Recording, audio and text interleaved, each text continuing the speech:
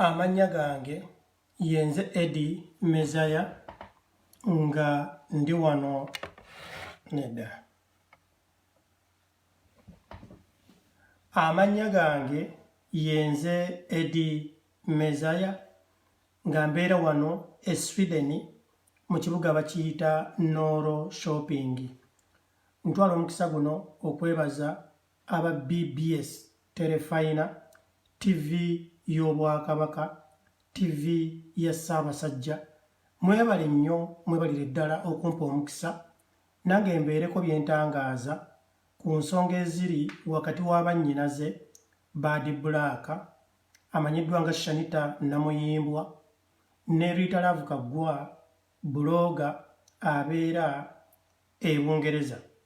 Eddie Mezaya nvuddeyo okwogera ku nsonga zino kubanga erinnya lyange lyawulikise nga Bad Black alyogerako. Kituufu nti ndi mukwano gwa Rita Love Kaggwa era kyekyo ekiti kye yayogeredde ku linnya lyange. Naye njagala bannayuganda tujjukire nti Katikkiro wa Buganda Oweekitiibwa Charles Peter Mayiga asiba tukubiriza okugoberera ennyo abantu be twegomba, wabula tulekerawo okugoberera abantu ate be tusinga oba abo be tuteegomba. Y'ensonga lwaki Eddie Mezaya nasalawo ngoberere oba mbeere mukwano gw'omukyala gwe bayita Rita Kaggwa ow'e Bungereza. Nze nasooka okubeera buloga mu bannayuganda bonna. Rita Love Kaggwa yajjanga faani, abantu abakomentinga ku bintu byange ne tukwatagana ne munoonyerezaako nga mukyala mugezi. Yasoma ebitabo okubula okubimalayo. Ayina degrees 2, ayina diploma e Bungereza, ayina certificate e Bungereza. Naye ng'ate yatandikira Nkumba University. Kati omuntu ng'oyo bw'obeera ng'oyagala enkulaakulana, bw'otomugoberera obeera musiru. Bad Black sirina na kimu kye nnyinza mugobererako. Ekisookera ddala wa senior 1. Nze ndi engineer. Nga lwaki ngoberera omuntu almost wa P7? Nze engineer omulamba ate nga nsomedde mu bazungu. Nze nno Eddie Mezaya njagala nnyo abantu abansinga ate nzikiriza. Olutalo lwava ku ki? Oba oluyombo luno lwonna oluliwo luvudde ku ki? Ekyamazima kiri nti olutalo lwava ku muwala oba ku mukyala gwe bayita Sheila Gashumba. Sheila Gashumba yavaayo n'akola post ekwatagana ku 50K, simanyi emitwalo 5 ze baamusasulanga ng'akola ku TV. Rita Love Kaggwa yapika nnyo olutalo olwo nga buli kye boogedde ku Sheila akiteeka ku peegi ye eya Facebook. Sheila Gashumba mukwano gwa Bad Black.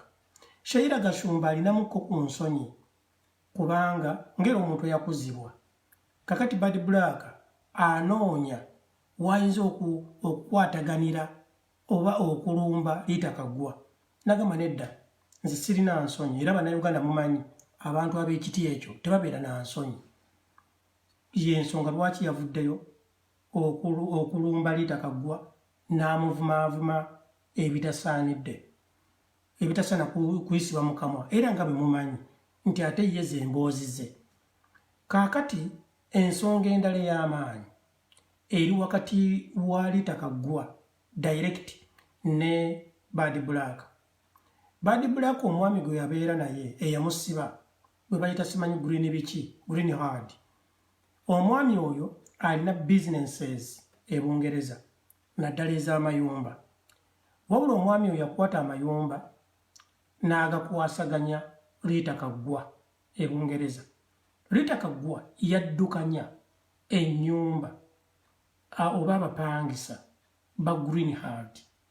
Rita yabasoloozaamu ssente, yamanya nti wano weetaaga okuddaabiriza, yamanya kwegamba buli kimu. N'akwata ssente n'aziteeka ku akawunti. Kati omusajja oli green hard n'akwata ssente n'atandika okusasula Rita ng'omukozi. Ekintu ekyo bambi kyayisa bubi Shanita Namuyimbwa Bad Black. Nalowooza nti Rita ayagala kundyamu lukwe oba okunsiba kwange kwonna Liita yakulimu. Naye nga Liita okufuna omulimu ogwo yagufuna luvannyuma nnyo nga ne Bad Black amaze okuva mu kkomera. Kati Bad Black bw'abeera n'obusungu eri Liita mu kiti ekyo tabeera musobya, kubanga abeera yeebuuza Liita yavaawo okukolagana ne Greenhard. Lwaki bwe nali nga ndi ne Greenhard Liita teyali naye? Ebyo sijja biyingiramu naye nga ge mazima. Kati ate olutalo olulala luli wakati wa Liita ne Mwami Gashumba. Liita Kaggwa yaweerera muwala wa Mwami Frank Gashumba. Muwala ki? Oyo omuwala Mwami Frank Gashumba gwe yanigirekitinga. Liita yamuweerera ne bamutikkira degree Christian University e Mukono, n'amala n'amufunira omulimu mu Electoral Commission awo ku Jinja Road, n'amaliriza n'amufunira omusajja dokita. Dokita oyo abeera mu Amerika era n'akola ku bintu byabwe ne bamutwala mu Amerika era bali happy nnyo married. Kakati omuwala oyo yakola ekintu ekitali kyangu Gomez eyandibadde oba ekkanzu eyandibadde egende wa taata Mwami Frank Gashumba ku mikolo gy'embaga kuba bamuwosa mbaga. Bakwata Gomez ne bagiwa Liita Kaggwa nga bamwebaza ebirungi bye yakolera omuwala oyo. Ebyo nno tebyagenda bulungi eri Mwami Frank Gashumba. Era bwe buzibu obungi ennyo nti Liita Kaggwa osanga ayinza okuba alinamu obutakwatagana ne omukyala gwe bayita Sheila Gashumba.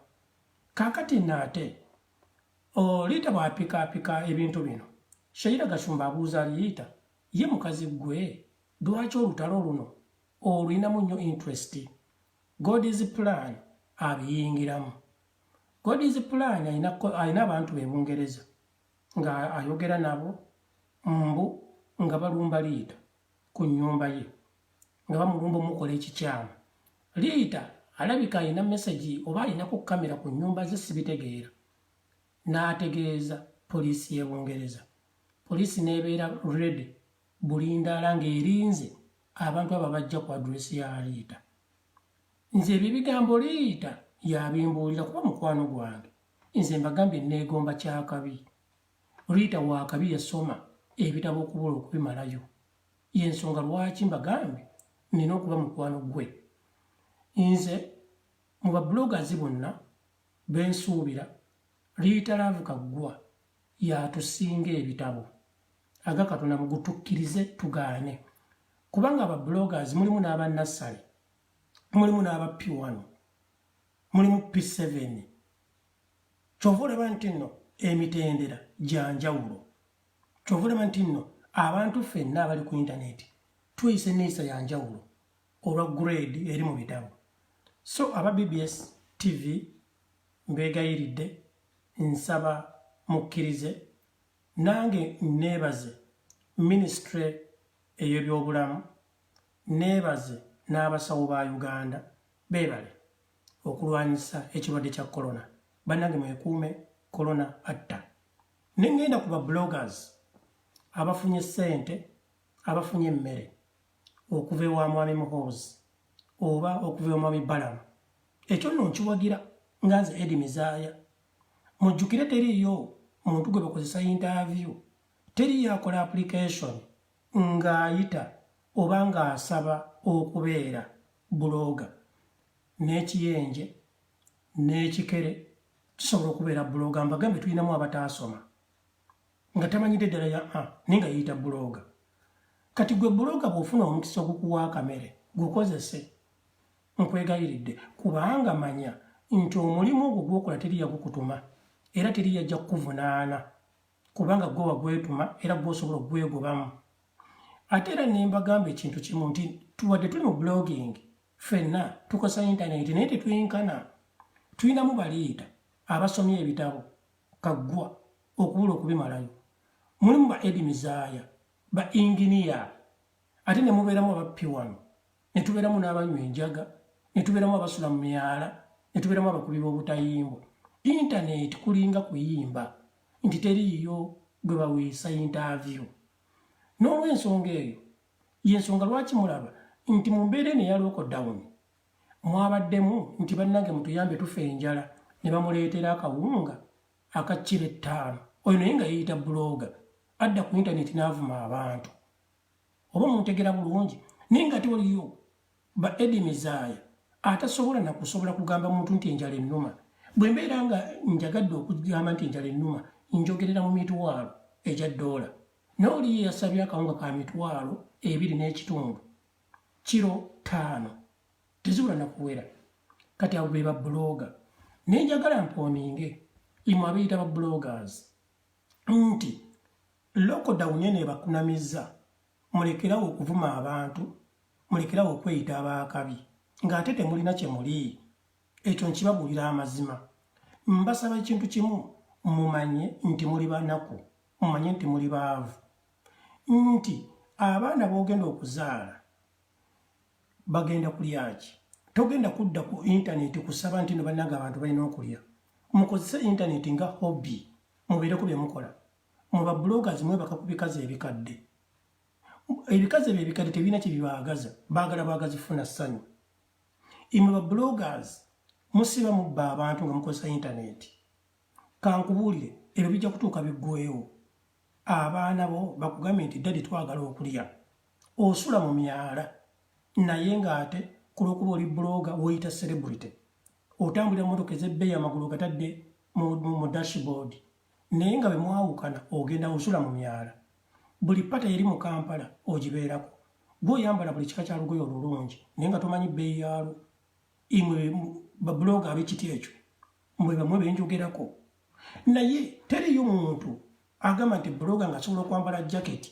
nga Eddie Mezaaya gy'ayambadde ya $1,500 n'avaayo n'agamba nti nedda nti bannange enjala ennuma abantu bajja kukusekerera Eddie Mezaaya bwe njagadde ofuna ssente nja kugamba nti njagala emitwalo 10 njagala emitwalo 2 ndi mu mitwalo 3 mwentandikira oyo nno yenjawulo eri wali wakati w'ebitabo ne bali abalowooza nti oli bwagula akasimu n'ateekako intaneti nti afuuse buloga eyo message njisindikira abaana mwenna abeeyita babuloggers ne muvuma abantu ne mutyoboola abantu ne muyisamu abantu amaaso kyokka ng'ate osula mu myala osula mu nsiri abaana bo infact oyinza n'okuba tolina baana abamu mumanyi okupangisa obuyumba ne musulamu abantu 10 so bannayuganda mwenna mbalamusizza era nze Eddie Mezaaya naye munsaasire bwe mbeera nga ngenzeeko ewala nsaba ntumire maama Fiina mukwano gwange ennyo nkulamusizza maama wange Alice Nakakande ali Mityana ewabigalo kojja wange Kasule Godfrey St. Anne's ewabigalo ye yampeerera oyo ne kojja wange Kabuye Fred ali Makindye Lubafu mu Bukejje bannayuganda mwena gye muli mu nsi ez'enjawulo mbalamusizza mwekuume siriimu atta ate coronavirus muzibu nnyo